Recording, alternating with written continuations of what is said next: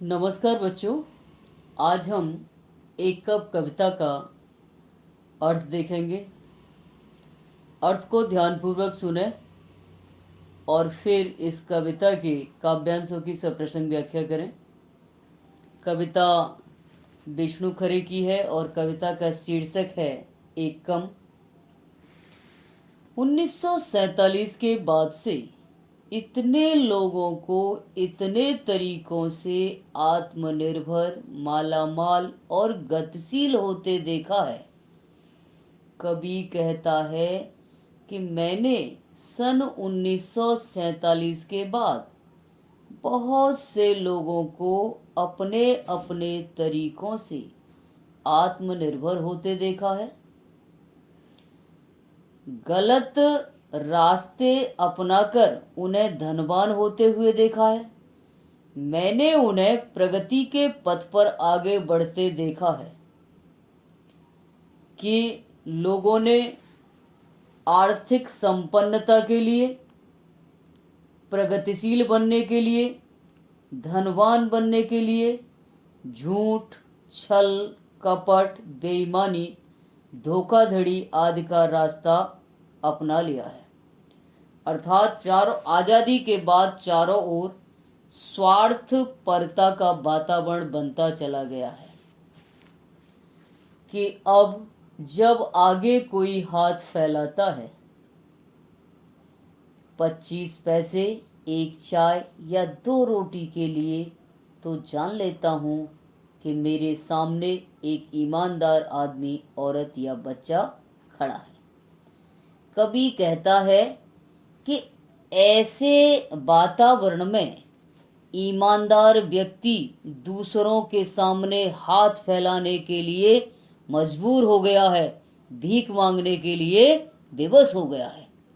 आज जब कोई व्यक्ति 25 पैसे, एक चाय या 2 रोटी के लिए किसी के आगे हाथ फैलाता है, तो मैं पहचान जाता हूँ कि मेरे सामने हाथ फैलाने वाला ये व्यक्ति एक ईमानदार आदमी, एक ईमानदार औरत या एक ईमानदार बच्चा है,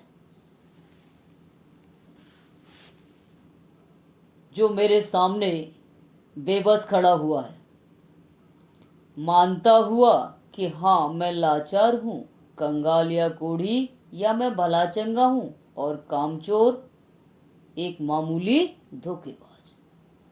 उसके हाथ फैलाने में ऐसा लगता है मानो यह स्वीकार करने का भाव है कि देखिए, मैं बेबस हूं, एक कंगाल या कोढ़ी हूं।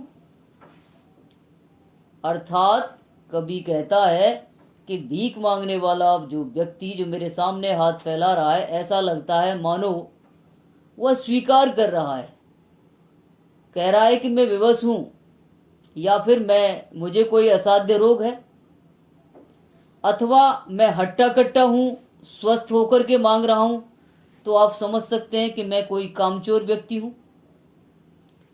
परंतु औरों की तुलना में मैं एक साधारण यानी मामूली धोखेबाज हूं। अर्थात यहाँ भाव यह है कि भीख मांगने वाला या तो वास्तव में कोई लाचार, बहुत गरीब व्यक्ति है, अथवा हट्टा कट्टा और स्वस्थ होकर के भीख मांग रहा है, तो वो कोई छोटा मोटा धोखेबाज है। फिर कवि कहता है, लेकिन पूरी तरह तुम्हारे संकोच, लज्जा, परेशानी या गुस्से पर आश्रित। कवि कहता है कि उस मांगने वाले के मन में यह भाव है कि मैं पूरी तरह से तुम्हारे संकोच या लज्जा पर आश्रित हूं। भाई, तुम चाहो तो मुझ पर दया दिखाओ, मुझे कुछ दो या मत दो, मुझे दुत्कार दो, या फिर मुझ पर तुम क्रोध करो, लेकिन जो भी है मैं पूरी तरीके से तुम्हारे गुस्से, क्रोध या दया पर आश्रित हूँ। क्यों? क्योंकि भाई मैं तो तुम्हारे द्वारा दिए गए दान के सहारे ही जीवित हूँ। मेरा तो जीवन दूसरों पर ही निर्भर है। अब चाहे देने वाला उसे कुछ दे या ना दे। फिर कभी कहता है कि तुम्हारे सामने बिल्कुल नंगा, निर्लज्ज और निराकांक्षी मैंने अपने को हटा लिया है हर होड़ से। इस तरह हाथ फैलाते हुए भी वह व्यक्ति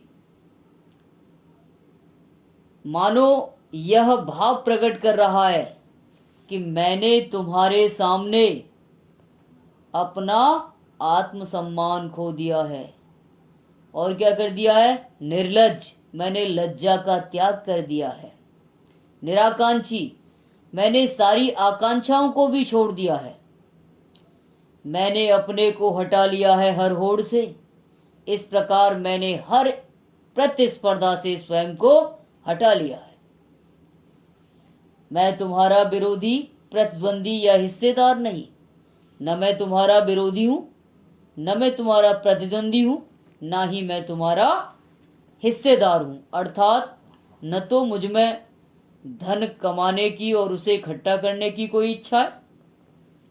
मैंने प्रगति या उन्नति के रास्ते से खुद को दूर कर लिया है।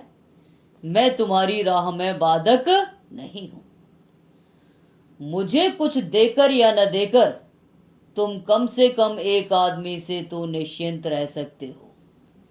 वो कह रहा है कि तुम चाहे मुझे कुछ दो या न दो, परंतु कम से कम एक आदमी से तो चिंता मुक्त रह सकते हो। अर्थात तुम्हें मुझसे कोई खतरा नहीं है।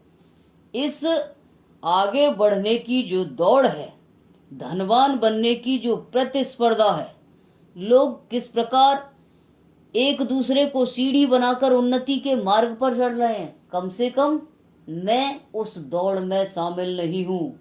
तुम मुझे कुछ दो या मत दो, क्रोध करो, दया दिखाओ, मैं पूरी तरीके से तुम पर आश्रित हूं।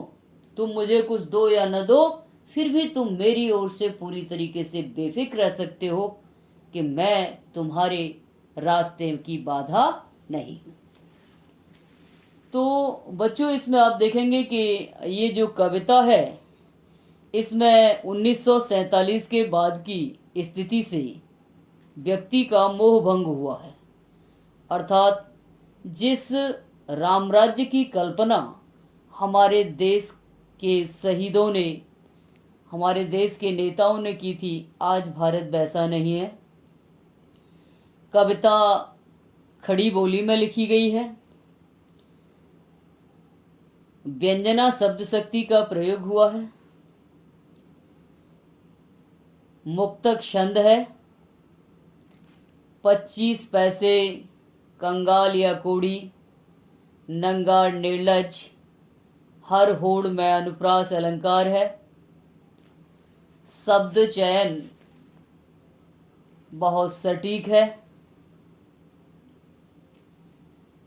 कविता प्रभावशाली है और इस कविता में कवि का आस्थावान, ईमानदार और संवेदनशील जनता जो है उसका मोह भंग हुआ है। आजकल आपसी भाईचारे, विश्वास और